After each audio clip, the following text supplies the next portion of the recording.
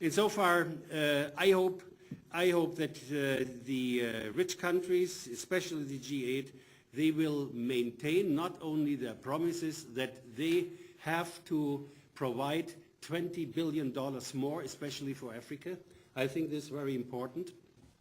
And we are now, upcoming to Copenhagen, discussing what means this also for climate change investments, and how we could calculate the famous 0.7% of GNI, what should be provided from rich countries to developing countries. This is not questioned, but we have to have a look when there are other investments or new investments, how we are calculating this. And I hope that we will not have any reduction of development money. The opposite is true. We need more money, especially those who are the main reasons for, or giving the main reasons of pollution, they have to pay. And I think politically, where we are in this changed landscape, in this global landscape, a lot of the political systems have not an appropriate qualitative reaction. We are lagging behind. We are lagging behind to make investments and to change in the sense of global governance reforms, that we are not doing the right things. There are small steps. 3 weeks ago, we had the meeting in Paris together with the development ministers of the OECD or the DAC countries and the environmental ministers. And we did our homework preparing Copenhagen politically, that in development projects, environmental and climate change issues are very important and should be integrated, that there should not in the future no development cooperation structures without taking into account the climate change problems. But one problem remains, and this is the same what we are trying, what we are always saying, sometimes with lip services, but I'm saying this always, and I'm underscoring this: the countries, our partner countries, should be in the driver's seat. We are saying this 10 years, and we need to make this lemma a reality. The countries have the ownership, and they have to develop their own plans, and they are the most vulnerable, and they are not the and the crisis is coming and came from the rich countries. In other words, we need to rethink global policies, and I'm saying this in a plural. This is not only development. This has to do with trade. This has to do with climate. This has to do with global migration policies.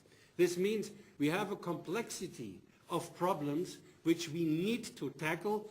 What we are trying in a new concept of the DAC, that what we are calling policy coherence for development, that other policy sectors like trade, finance, economy, technology, that they are in their decision making are taking into account what the development impacts for the poor countries are.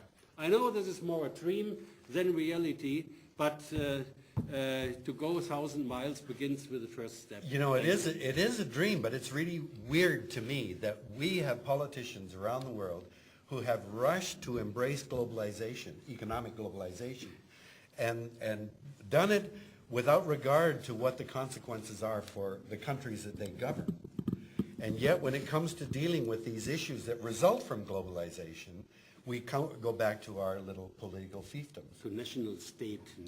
Yes, so that catching up to that, yeah. What's happened in the economy is what's desperately needed. And I'm afraid that is a dream, because the reality is that politicians are driven by one election to the next. They have a very short vision. We in Canada have now had a minority government, 2 successive minority governments. For the last 3 years, every politician in Ottawa has only been thinking about one thing, and that is, when the hell is the next election going to be? And children don't vote. What politician's going to get up and say, look, we've got to do this now for the sake of our future generations who don't even exist? Let alone, what are we going to do for the people in the Maldives or in the poor countries? We don't give a shit about them, quite frankly, in Canada. That's the reality. So it is a big dream. Anyway, sorry for my language. Why don't we get M.S.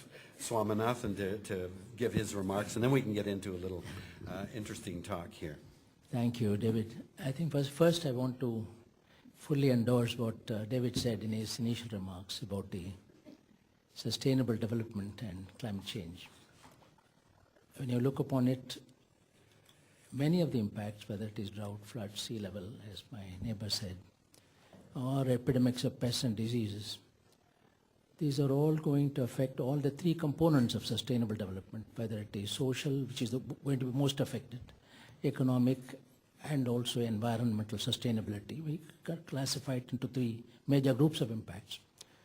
If you take today the UN Millennium Development Goals, which were adopted in the year 2000 with great acclaim by all the heads of states and so on, the latest report is in most cases we are not achieving even those what was called very modest goals.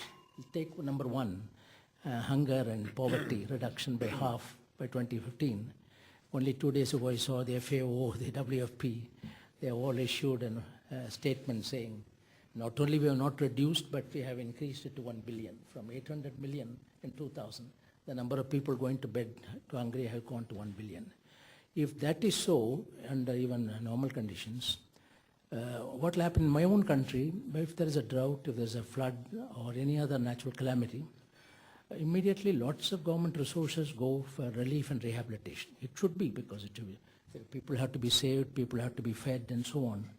So if there are going to be more frequent calamities, much of the high proportion of your resources will go to relief and rehabilitation, which is an immediate task that cannot be abandoned by any government which is democratically elected. Therefore, resources for long-term sustainable development will go down further. In other words, then whatever may be the additional resources which are made available, this is a reality, because I find increasingly in my own country, a very large proportion of the government budget goes to immediate relief for a number of calamities which happen. So I think this problem of achieving the UN Millennium Development Goal and so on will have to be put on the wayside if we are not going to tackle this fundamental problem. My second point is, having said that, I think one must look at one side of this picture. There is an increasing, David, some degree of increasing support for scientific work related to more sustainable development. For example, whether it is green energy, much more support for solar energy, wind energy, biogas, biomass, and so on. The whole series of energy, you get much support. The other one which is getting more support is also the whole question of conservation of dying wisdom and vanishing crops, what we can now call dying wisdom and vanishing crops. If you look at the US National Academy of Sciences books on the lost crops of the Incas, the lost crops of Africa, enormous diversity of crops were there which could withstand drought, withstand floods, which could, in Asia we have got rice strains which can go up. As when the water goes up, it also goes up. There are 150,000 strains of rice which are there, which have been preserved in the past. They are all vanishing. And today there is much more understanding of the need to conserve, whether it's mangroves, or the halophytes along the coast, which are very important today.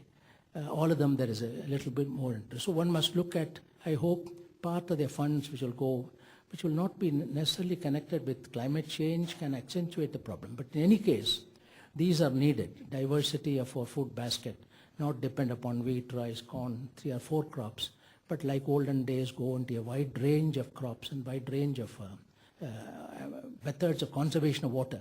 If you come to my part of the country, Rajasthan, very desert, highly desert area, if you go to a house in the desert, the first thing the woman will do to you is to take a glass of water and give it to you.